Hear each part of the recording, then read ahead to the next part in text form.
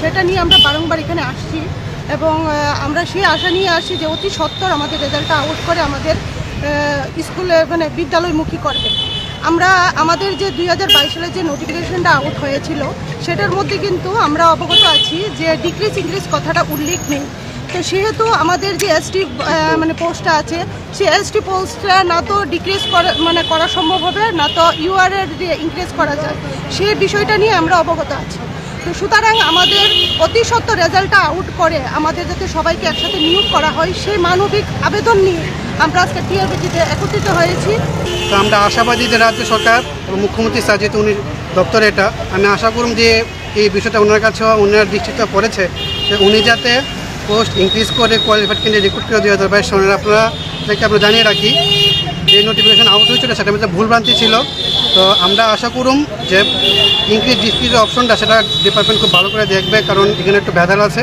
তো তারা এই জিনিসটা শর্ট আউট করে খুব অল্প সময়ের মধ্যে শিক্ষক নিয়োগ করবে নবম ও দশম শ্রেণীর, কারণ শিক্ষক স্বল্পতা আজকে মারাত্মক ধারণ করে আছে পুরো রাজ্য জুড়ে। আমরা আশাবাদী যে মুখ্যমন্ত্রী স্যার আপনাদের মাধ্যমে আমরা বারে বারে মুখ্যমন্ত্রী স্যারকে আমরা নিবেদন করছি যেহেতু আমরা ওনার সাথে সাক্ষাৎ করতে পারছি না, যে উনি যাতে বিষয়টা গুরুত্বপূর্ণ সহকারে দেখে এবং যতজন আমরা কোয়ালিফাইড করে সবাই শিক্ষক পদে নিয়োগ করে এই সুখা আশা রাখছি আপনাদের মাধ্যমে। আমরা এসেছিলাম 2022 সালে যারা এসটিজিটি এক্সামে ফাইনাল আনসার কিতে যারা কোয়ালিফাইড হয়েছি তারা একত্রিত হয়ে আজকে দপ্তরে আমাদের বিষয়টা 3 বছর যাবৎ ঠিক কী কারণে এই আমাদের পরীক্ষার রেজাল্টটা প্রকাশ করতে পারছে না দপ্তর, তার জন্য জানার জন্য আমরা এখানে এসেছি। কিন্তু আমরা দুর্ভাগ্যক্রমে জয়েন্ট সেকেন্ডারি এডুকেশনের ডাইরেক্টরকে আমরা উনি আউট অফ স্টেশন থাকার জন্য আমরা ওনার সাথে দেখা করতে পারিনি। কিন্তু আমরা আজকে এখান থেকে দপ্তরের আধিকারিক বলেন, আমাদের মাননীয় শ্রদ্ধেয় মুখ্যমন্ত্রী স্যার বলেন বা ক্যাবিনেট প্রত্যেকটা সদস্যের কাছে বলেন, আমরা এখান থেকে একটা অনুরোধ করতে চাই স্যার, আমরাও একটা রক্তে মাংসে করা জীব, আমাদের মধ্যে একটা ধৈর্যের একটা বাঁধ আছে। এই ধৈর্যের বাঁধ বেকারত্বের কারণে দিনের পর দিন ভেঙে যাচ্ছে।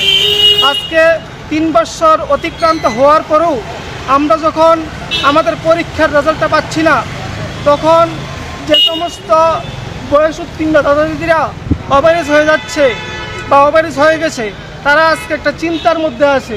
ভবিষ্যতে তারা আর কোনো এক্সামে তারা বসতে পারবে না, এই চিন্তা দিনের পর দিন আমাদেরকে কুরে খাচ্ছে।